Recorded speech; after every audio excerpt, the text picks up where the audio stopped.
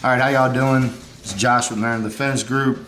I'm here today to do a couple little small upgrades on my AR pistol and figured I'd make a video predominantly focusing on the how to install a Geissele Super Dynamic 3-gun trigger in an AR platform. Every one of my ARs have this trigger grouping in them.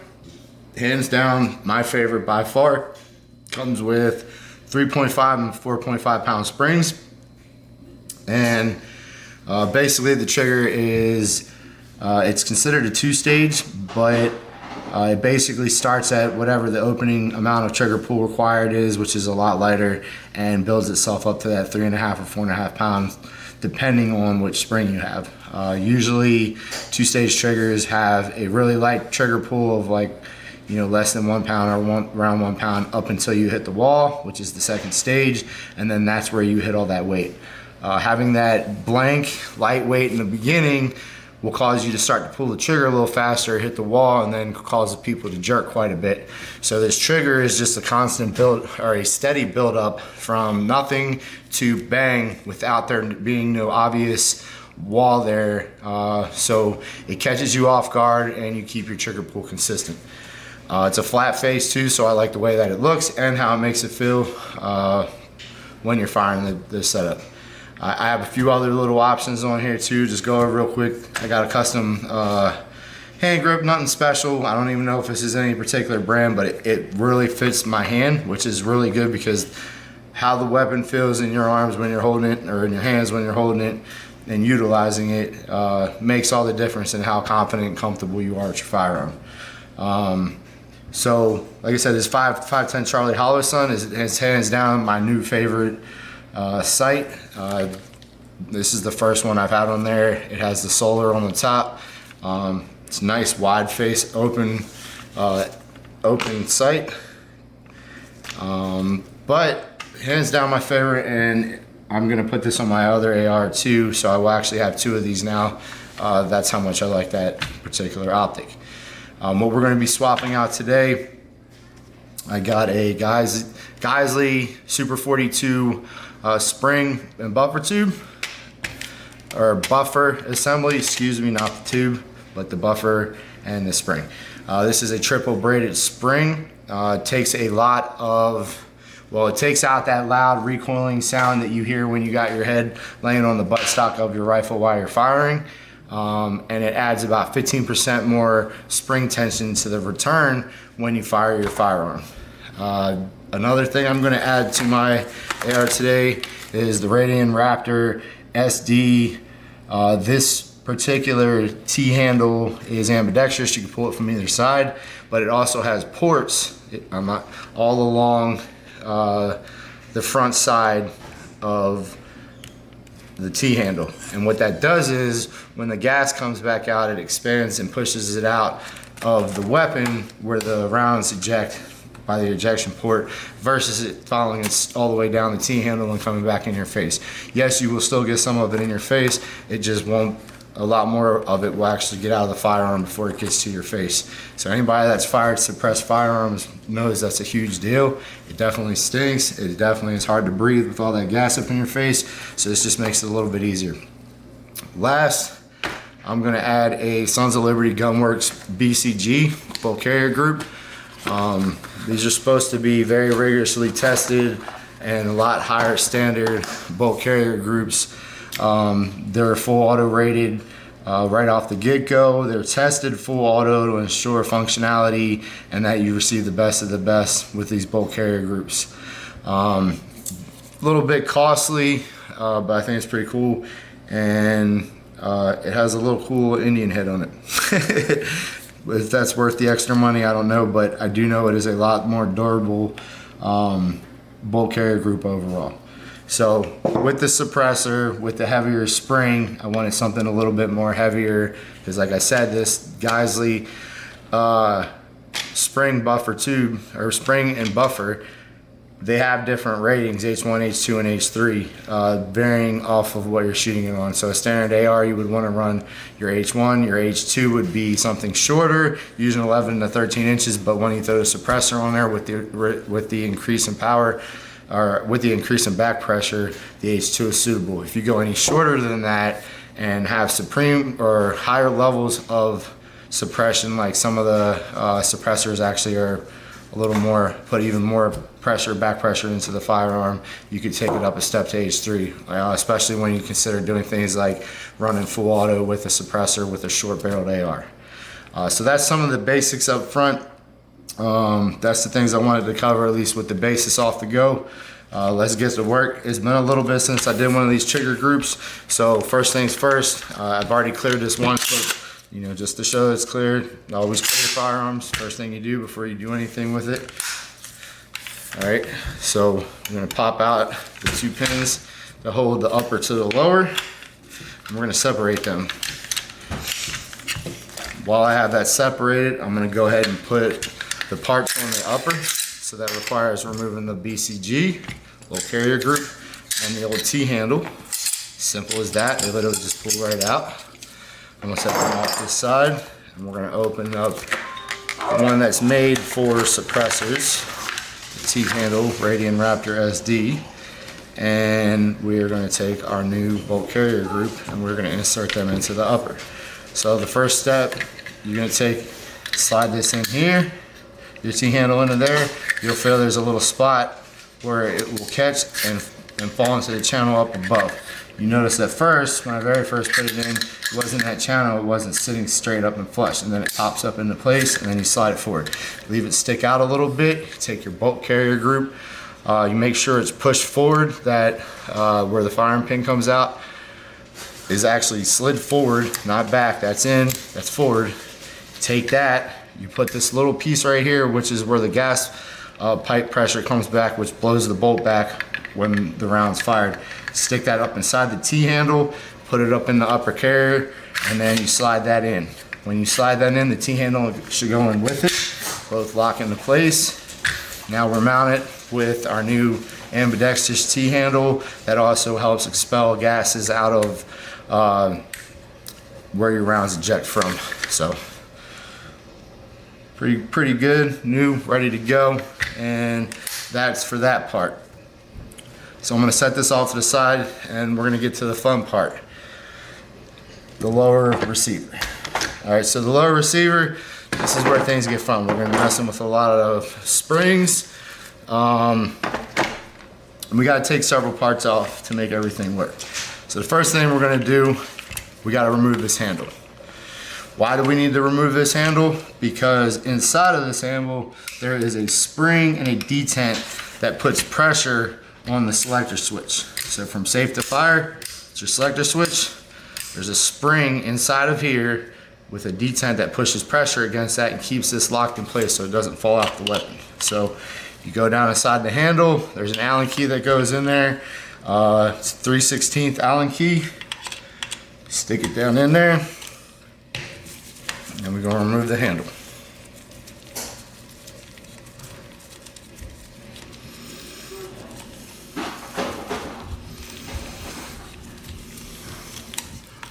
So once you get the handle removed from the firearm, like I said, we're going to take the spring out. So there's the screw for that. Handle's coming out. If you look on the side of the firearm, there's a spring right there poking up. That's where the detent is, up inside the hole there. Let's see here. See right there, that little silver circle? There we go. I was trying to chart it out. So that little silver circle is the detent that actually pushes pressure against the selector switch. So you push that down, bam, falls out. There you go. So now you have the spring and the detent. The detent, the flat end goes towards the spring, the little pointed end goes up, and that's actually what engages this little channel on the selector switch. So that maintains the pressure on that and does that doesn't allow it or keeps it from falling out of the weapon once it's all in place. So now that that's out of the way, we can freely pull out the old trigger mechanism.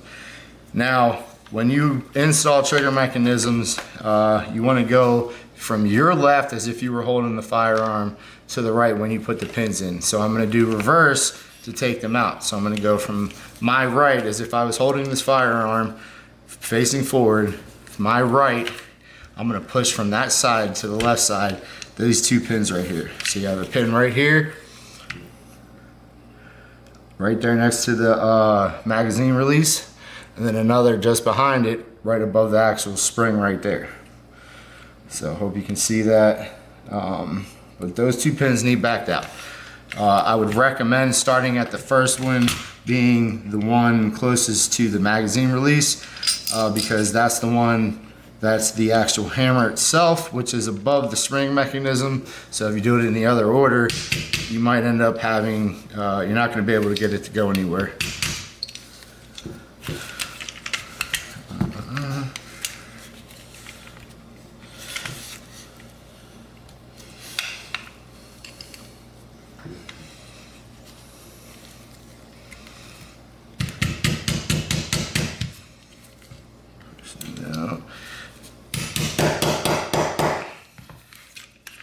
There she is.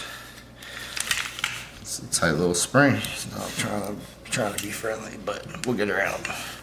Just gotta keep it aligned and push it to the last little bit. There we go. All right. So once that detent comes out, you notice the detents. There's a center divot, and then there's a divot on one of the sides. Pay attention to that, because later on we're gonna need to make sure we put those in the right way. But there's your hammer. There's your pin. So we're gonna set that off to the side for now, because we're not gonna need that set no more. All right, so now we're moving on to the second one, which is the actual trigger mechanism itself. So you see down in there, the hammer's gone. We have the trigger mechanism itself. So now we're gonna take that out. Following the same process, you're gonna go to the right side of the firearm as if you were firing it. And you're gonna push that pin through, just the same way I just pushed that pin through. If you have a little punch or something like that without a sharp point, it'd be preferred in that situation. So keep from messing things up, but use what you got.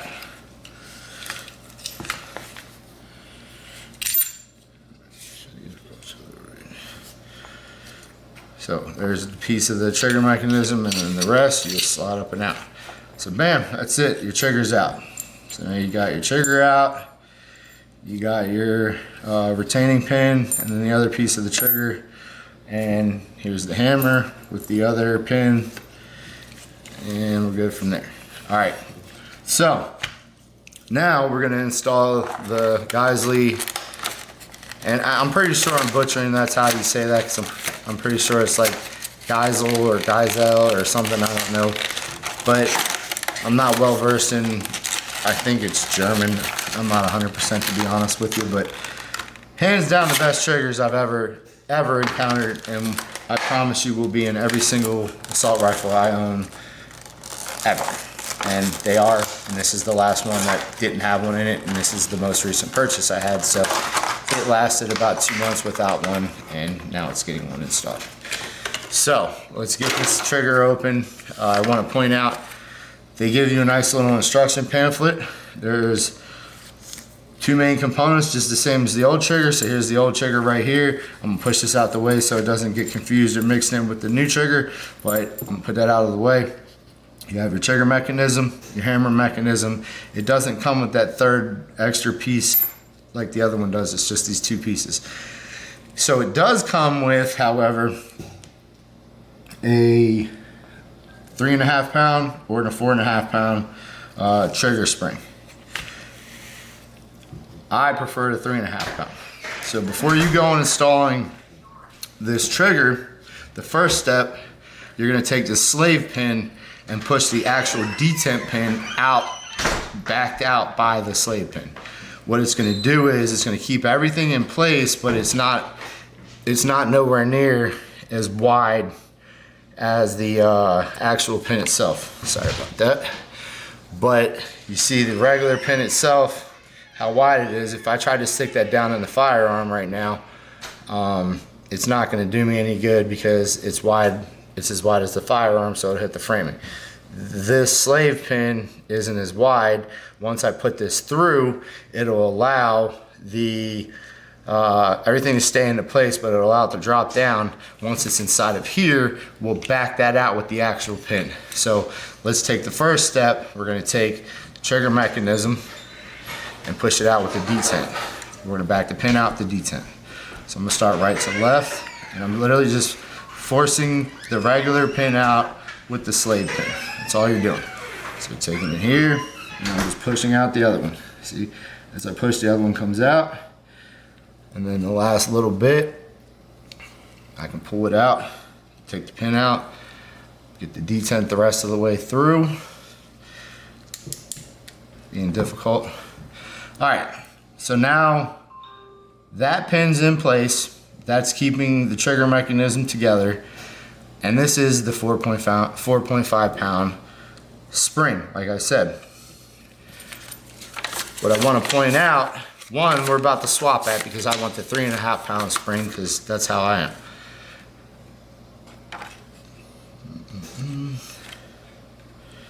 All right, so if you get confused at any point during this as to which way the springs are supposed to go, they give you this little trigger instruction manual. In it, there is a picture which shows you how the springs go. So I'm gonna show you the best I can, but these are very small items, so just make sure you pay attention, and if you get stuck, you're gonna have the trigger thing in there anyways. So once you have taken the detent or the slave pin and pushed the other one through, it's shorter. Now it's easier to get this spring off, so I'm gonna pop the old spring off because that's a 4.5 pound spring, and I want the what? 3.5 pound spring. And I'm gonna take and I'm gonna put it back on just the same way that it was. So push it over on the one side, and then push it over on the other side. So got that side on, got that side on. So if you pay attention, the little lip, the U channel, let's bring this up as far as I can close to the camera. The U channel goes there, the spring goes around, and then it's gonna come out here. When you go to push it into the firearm, the trigger is gonna go down into the square hole to where it would actually stick out, and these springs are gonna get caught on the metal and push up in this manner right here. So that's how you're gonna wanna get it. Once it's in place and you can see that little silver lining through the actual base of this, you're gonna take your standard pin from the side and push through the slave pin, that silver pin that's on here. So you can use the black pin to push the slave pin out. So you're gonna drop this down in there how it is. Once you go to push it down in there, those springs, I'm not touching it right now, but should naturally, you're gonna get a little bit of cant to the trigger. It's not all the way pushed down right now, and I'm gonna push that down in a second to get it into place. But as I pushed it down into place, those springs are gonna get tension on them, so you're gonna have to maintain pressure on them until you can get the holes to line up. If you see that little hole and you see the colors changing, I gotta get that silver slave pin lined up with that hole, and then once it's lined up with that hole, I back it out with the actual pin that's gonna hold it in with the detents. So I'm gonna go ahead and do that.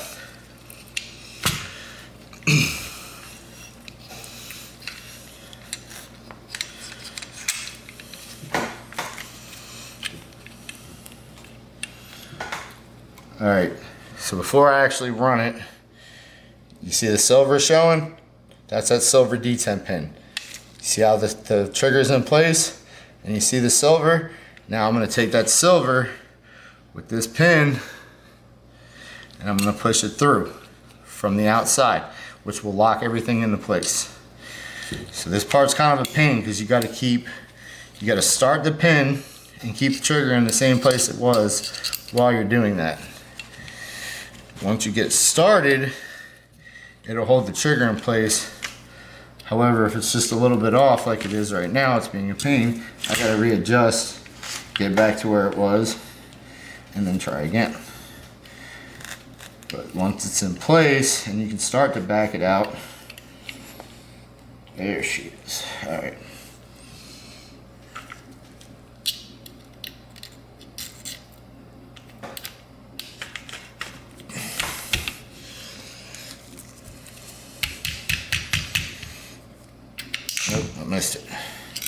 like I said, these springs can be a pain, and it's trying to shift every which way possible, and once you put the pin in, you can't see if anything's changed.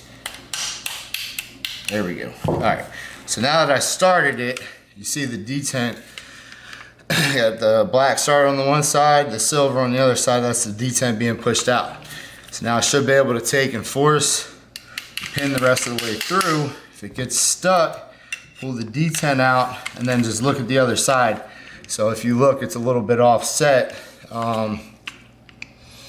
a little bit offset, so I gotta basically just wiggle the trigger around until it lines up and then finish hitting it the last little bit of the way through. So now it's in. So now, how you know it's in, you see the trigger, you see the pin. The pin's flush against the side of the firearm. Same on the other side, it's flush. You can pull the trigger. That shows that the springs are in right. It returns to where he starts from. Bam, good to go, all right? All right, next step, fun part, last big step. That one's a little bit more of a pain, it's a little bit deeper into the firearm. So, same deal, right?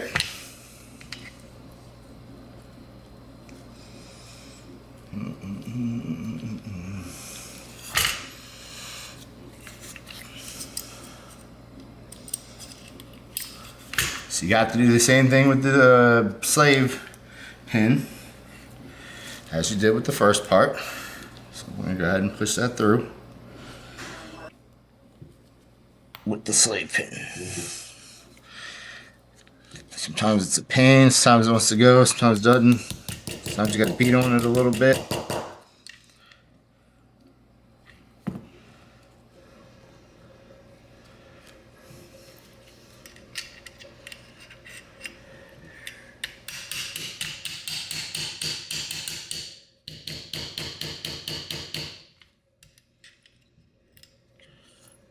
Kind of cheated, used the holes from the weapon to hold it while I pushed it through the rest of the way. Alright, so detent's in place. We're going to do the same exact thing as we did last time. However, if you look at, again, the example here, I'm going to hold this the exact same way. You have the square part of the spring up in this little groove right here. I'm going to bring it up closer so you can see it. What you're going to end up doing, though, if you notice, is see how those springs come all the way down and around this way. They don't naturally go that way, right? So you see how they're sticking straight out? So when I go to put this in, I'm going to take and put these spring pins straight down in here. So you see where we put the other pin through earlier? Alright, so like I said, when you look at it on here, you know, it shows the lubrication points. The spring goes like this, and then folds inwards. The best way I can explain to you how this is going to go, you take and install this so that these springs, how they're sticking straight out right now, like, let me try to get you a better shot. So see how they're sticking straight out. So I'm going to rotate it like this. These springs are going to sit on the pin that you just put through. So it's going to look like that. There it is. So the springs are going to sit on that little bar down there. Then you're going to push the hammer down and towards the front where the mag release is. Again, this isn't the easiest part, and you're literally fighting the crap out of it. Trying not to make it as bad, but it is not.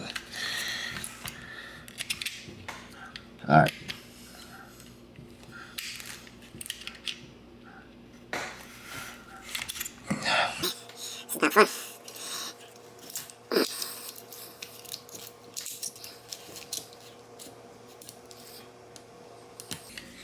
All right, got the pin started. I'm gonna beat it in there to get it in there. Remember, once you get it 3/4 of the way, you gotta pull that slave pin out, and then you gotta can it a little bit because you'll have spring tension on one side and not on the other side, and then you're gonna finish knocking it in the last little way. So All right. So that was an extreme pain in the butt, but it's done. All right, so you got the 2 pins in. The hammer can now come back. I can pull the trigger, and it's gonna go forward. That's how you know it works. Hear the amount of pressure? Thing ain't no joke. It's got plenty of pressure. It's a lot of spring power on the hammer part, minimal spring power on the trigger part, which allows it to be an easy trigger pull. However, you don't got to worry about light strikes with this trigger, that's for sure, because this thing has plenty of oomph to it. All right, so that's all good. We got that back together. So now we're going to kind of work in reverse of how we took it apart. We're going to take the selector mechanism. We're going to put that back in here. All right. Stops being difficult and goes in for me, but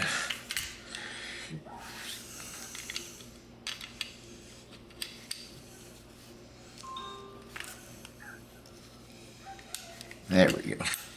All right, so I got the selector back in there. Now remember, I can pull straight up and that would come out. So the next step is going to be to get this detent, little piece of metal, back up in the hole that is on the right hand side of this firearm. Remember, the pin, the pointy part, is what goes towards that piece, towards the selector switch. The flat end is what the spring is going to put pressure on once you put the handle back in there. So it'll go roughly like that. The detent is in there. The point is going that way towards the selector knob, because that's what actually engages the selector to keep it in place. The spring will be inside the hand grip, keeping tension on that to allow it to move, but will also give it relief when it needs to change the selector switch. So I take that spring, put it back in here, and then I'm going to take the firearm and I'm going to put it back in there, back up in that hole. Now once it's back in that hole, all I got to do is bolt this down. But before I do that, I'm just going to check that the selector switch is working properly, and it is. So that means I'm good to go. Now I'm going to put the bolt back in the handle. The trick to doing this is turn it upside down. Try it unless you have a spring tipped screwdriver set or Allen key set. If it's not magnet, then you just turn it upside down, and then you got to worry about the screw falling out. All right, so I'm gonna take and tighten this back down. We're almost done. All I got to do is swap out the Geissele Super 42 spring and buffer. Handle's tight. Put this cover closer back on this thing. I'm gonna double check that the safety and fire mechanism before I finish putting it back together works. Bam, you hear how hard that thing came out, ain't no joke. Safety, bam, good to go. Everything's working as it should be. Lastly, we're gonna take the buffer tube, or buffer spring, I keep saying tube, buffer spring and old buffer out for the Geissele Super 42. So this is the difference between the two. Like I was saying earlier, you see the black buffer and spring. The spring is a standard single coil, single strand of metal. The Geissele is triple braided strand, so it helps take concussion and impact and noise out of when you're actually firing, and it adds 15% more rebound pressure when you fire around. So less chances of light strikes or anything along those lines. So that's down in there. So we've swapped the spring and buffer, we swapped the trigger, we swapped the T-handle, and we swapped the bolt carrier group. So that's it. We're just going to put it back together. Do a functions check.